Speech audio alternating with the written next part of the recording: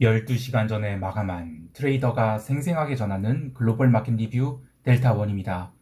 우리 증시는 옵션 만기 이후 하락이 있었지만 변동성이 살아나진 않았고, 해외 증시는 여전히 유럽이 약한 가운데 미국, 정확히 말해서는 나스닥 중심이 강력한 상승이 일어났습니다.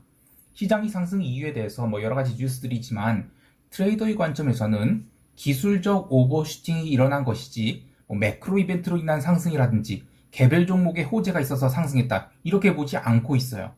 왜 그렇게 보고 있는지, 그리고 대응 전략은 무엇인지까지 이야기해 봅니다. 먼저 아시아 세션 갑니다.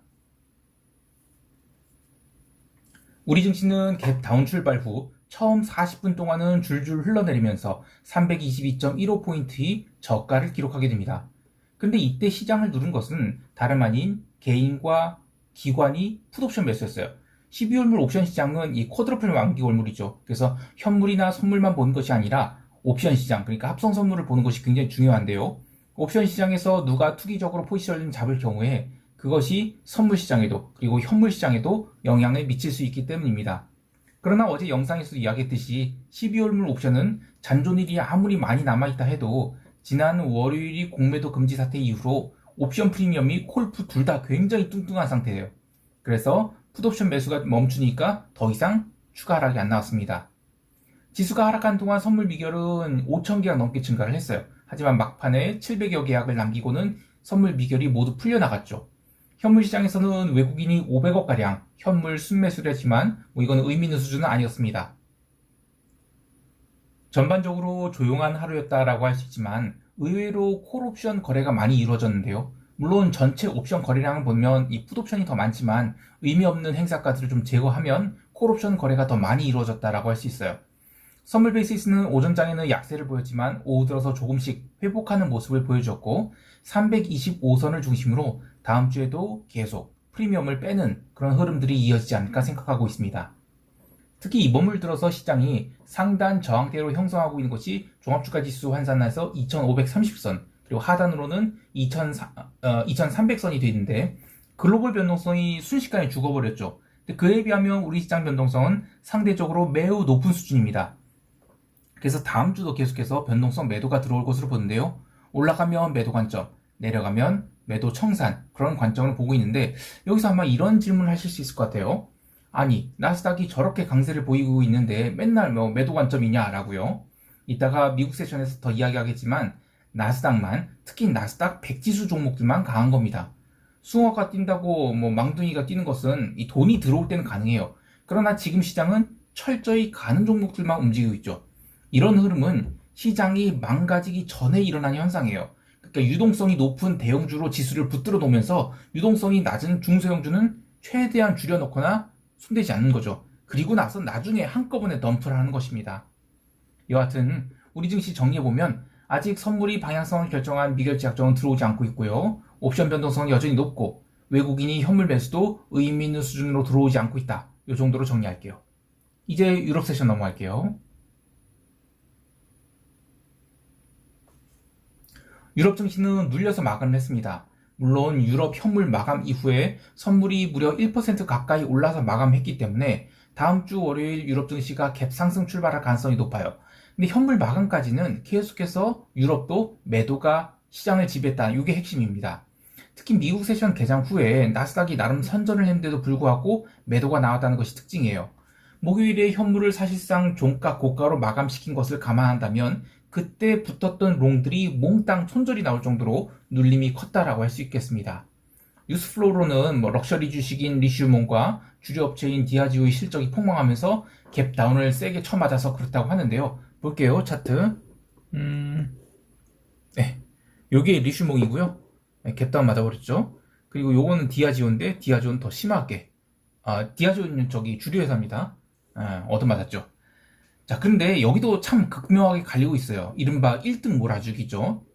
요게 에르메스입니다. 에르메스는 거의 빠진 게 없죠.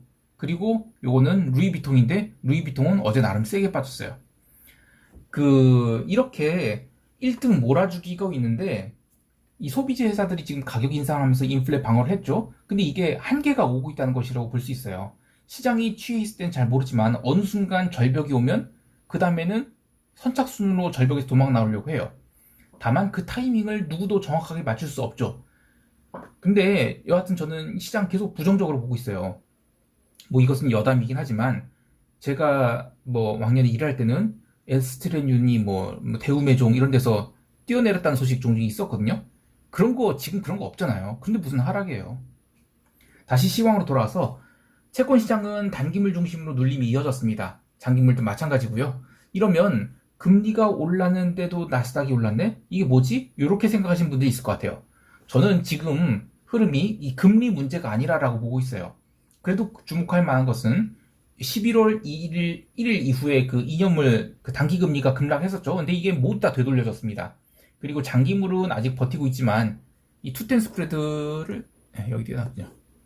이걸 보면 이게 계속 부러지는 차트일까요? 아니죠. 여기서 며칠 더 쉬었다가 이번 저는 CPI 발표 전후로 해서 다시 올라가서 투텐 스프레드가 정상화된 과정 이걸 보고 있습니다. 그래서 저는 장기 채권은 매도 관점 계속 생각하고 있어요. 그러니까 금리 상승은 현재 진행형이지 뭐 금리 인상 끝났고 이제는 인하다 하면서 피봇 드링크 마시고 나스닥 쳐지르자 요런 논리에는 동의할 수 없습니다. 통화시장에서는 전일 과하게 빠졌던 멕시코 페소화가 좀 올라왔을 뿐 전체 시장 흐름은 뭐 의미 있는 흐름이 없었고요. 그래도 기본적으로는 달러 강세가 아직 남아있다라고 할 수 있는 게 전일 발표된 미국 미시간대 기대 인플레이션 예상외로 강하게 나오고 소비자 심리지수 꺾였죠. 그러면서 달러화가 제법 세게 튑니다. 그러니까 미국 외에는 사실상 경기 침체라고 봐야 되는데 그런 상황에서 미국만 잘 버티고 있을까요? 잘 버티고 있을 수 있을까요? 글쎄요. 마지막으로 상품 시장 보면 구리는 또 눌렸어요. 골드도 눌리고요. 하지만 기름은 유럽 세션에서 브렌트 기름 80달러에 대한 지지를 보이면서 꾸준히 매수가 들어와서 브렌트 마감대는 82달러로 넘기기도 했는데요. 이번 주 기름 주봉이 워낙 큰 장대 음모를 만들었는지라 이 자율 반등 정도가 나온 것이지 그 이상의 의미는 부여하기 어렵다고 봅니다. 이제 미국 세션 넘어갈게요. 미국 지수 선물은 유럽 증시가 점점 눌리고 있는 흐름에도 불구하고 본장 개장 무렵에는 나스닥 중심으로 제법 올라와서 출발을 했어요. 하지만 어제와 동일한 흐름이 개장 초에 나타났죠. 즉 갭 상승한 러셀은 바로 또 매물을 얻어맞고 내려왔고 나스닥만 홀로 시장을 강하게 견인하는 그런 매수세가 들어왔어요. 근데 이제 첫 30분 동안 그렇게 반등이 나오고 나서 이 미시간대 기대 인플레 지표 그리고 소비자 심리 지수가 예상과 다르게 나오면서 지수가 눌리기 시작합니다. 러셀은 이때 완전히 마이너스로 돌았어요. 나스닥도 본장 개장 때의 위치인 15,330선까지 내려오면서 반발 매수가 들어오려 할 때마다 눌림을 얻어맞았죠. 그래서 지루한 30분을 이어갔는데요. 자, 그럴 때 볼 수 있는 건 변동성입니다. 유럽 증시가 오늘 눌렸을 때 변동성은 전혀 오르지 못하고 밀렸어요. 미국 또한 아무리 눌림이 나오려고 해도 단기 변동성만 살아났을 뿐 장기 변동성은 살아나지 못했죠. 요게 원데이 변동성인데요. 원데이 변동성은 계속해서 매수가 들어왔어요. 그러니까 어제도 닥치고 콜옵션 매수가 들어왔다고 봐야 돼요. 마찬가지로 이 숏텀 9일짜리는 전혀 오르지 못했습니다. 지수가 내려도 눌리고 지수가 올라도 변동성 빠지고요. 그리고 28일짜리도 마찬가지고. 자, 28일짜리가 14, 그리고 9일짜리가 12, 그리고 원데이가 12. 변동성 다시 바닥권에 들어왔다고 봐야 돼요. 자, 그런데 이젠 다음 주가 유럽과 미국 옵션 만기예요. 지금 2주 동안 증시가 워낙 강하게 상승했죠. 그리고 강세 콜 스프레드 포지션이 저는 이제 상단 일단 돌파했다고 보는데 여기서 위를 더 열 것인가 닫을 것인가의 굉장히 중요한 기로에 있었다고 봐요. 그래서 S&P 지수는 4,400포인트라는 굉장히 중요한 자리에서 자리 싸움이 있었다라고 보는데 특히 어제까지만 해도 S&P 4,400포인트를 이틀 연속으로 넘겼었죠. 그래서 지수가 좀 더 위로 열려있을 거라 하신 희망을 주다가 장기 국제 입찰 폭망으로 기대가 꺾여버렸어요.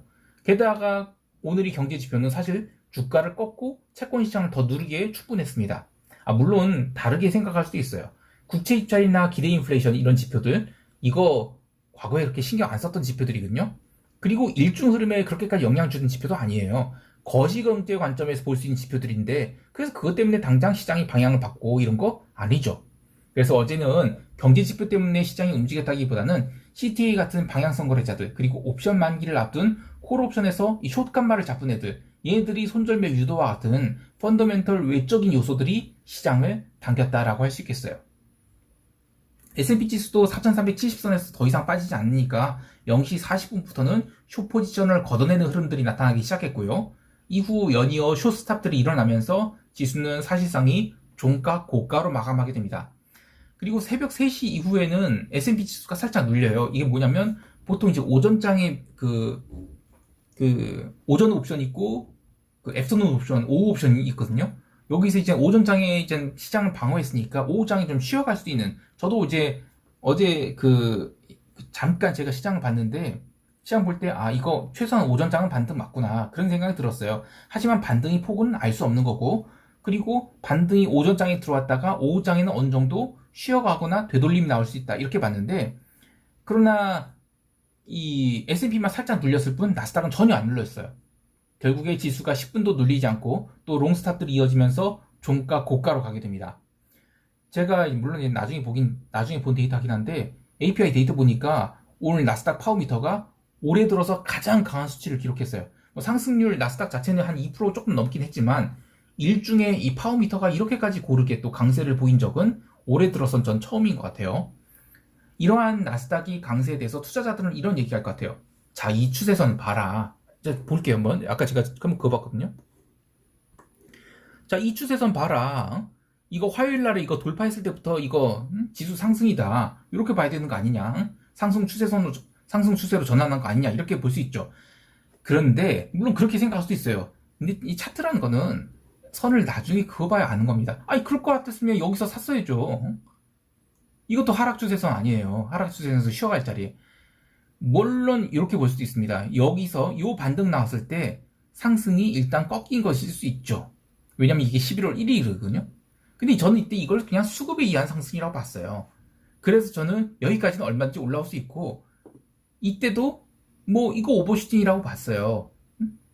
그런데 이젠 오늘 요게 올라온 거죠. 요게 좀 문제이긴 하죠. 그러나 이렇다고 해서 이게 상승 추세 지속이냐? 그렇다면 사실 평행하는 추세선을 이거 하나 더 그어서 여기서 이게 여기까지 가줘야 되는 겁니다. 요 선까지는요. 예? 왜냐면 요 폭과 요 폭이 일치하는 수준까지 올라가줘야 되니까요. 그러면 이제 S&P 나스닥 쌍봉 정도가 아니라 16,000원 넘기는 거죠. 자, 그런데 저는 냉정하게 펀드멘트를 보자 이라는 얘기를 하고 싶어요. 자, 요거는 S&P 인덱스랑 그 다음에 SPW, 그러니까 동일 가중 지수, 이게 RTI 러셀입니다. 지금 보면 러셀은 반등 못했어요. 힘 없습니다. 그냥 나스닥 상위 종목, 나스닥 100지수만 땡기고 있는 거예요. 동일 가중 지수 못 올라가고 있어요. YTD로 봐도 그래요. 예, 여전히 이 노란색 러셀은 마이너스권입니다. 그 동일 가중 지수도 마찬가지로 강보권이에요. 나스닥만 당기고 있는 겁니다.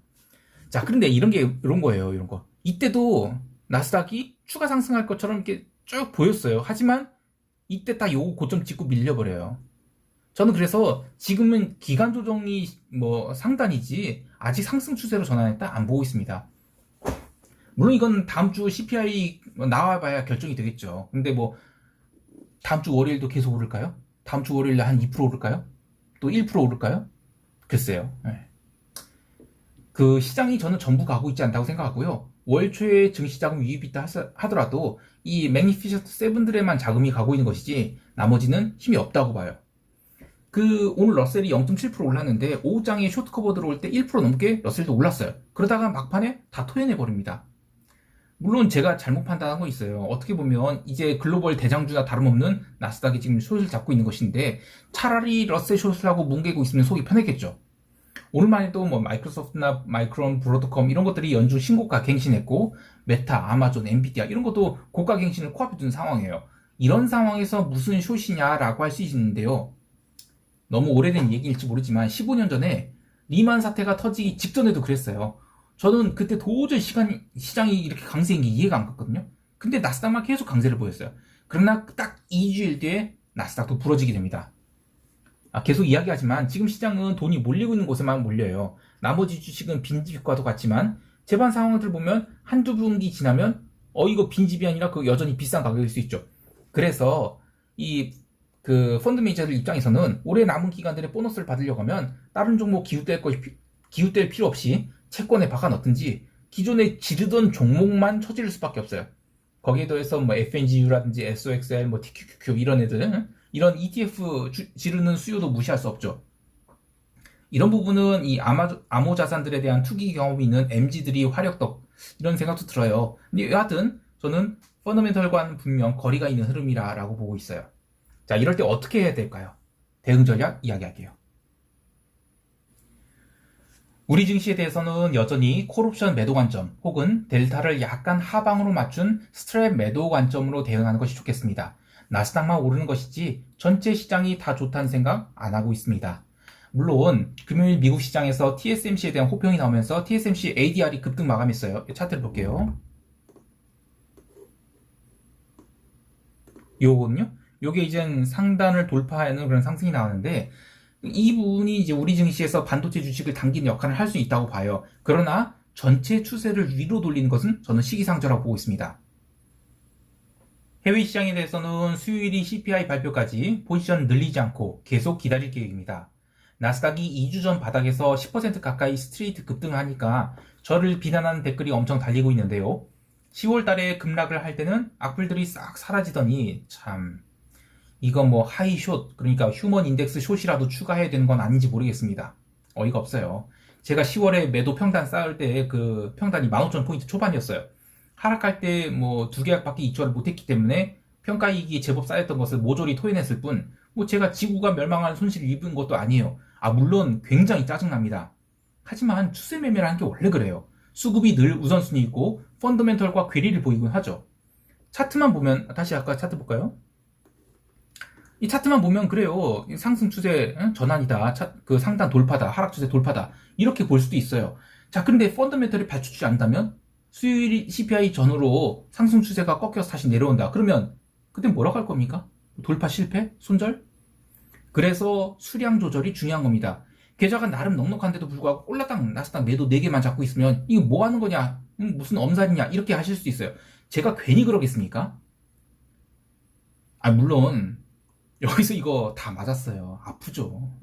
네, 다 맞았어요. 아프죠.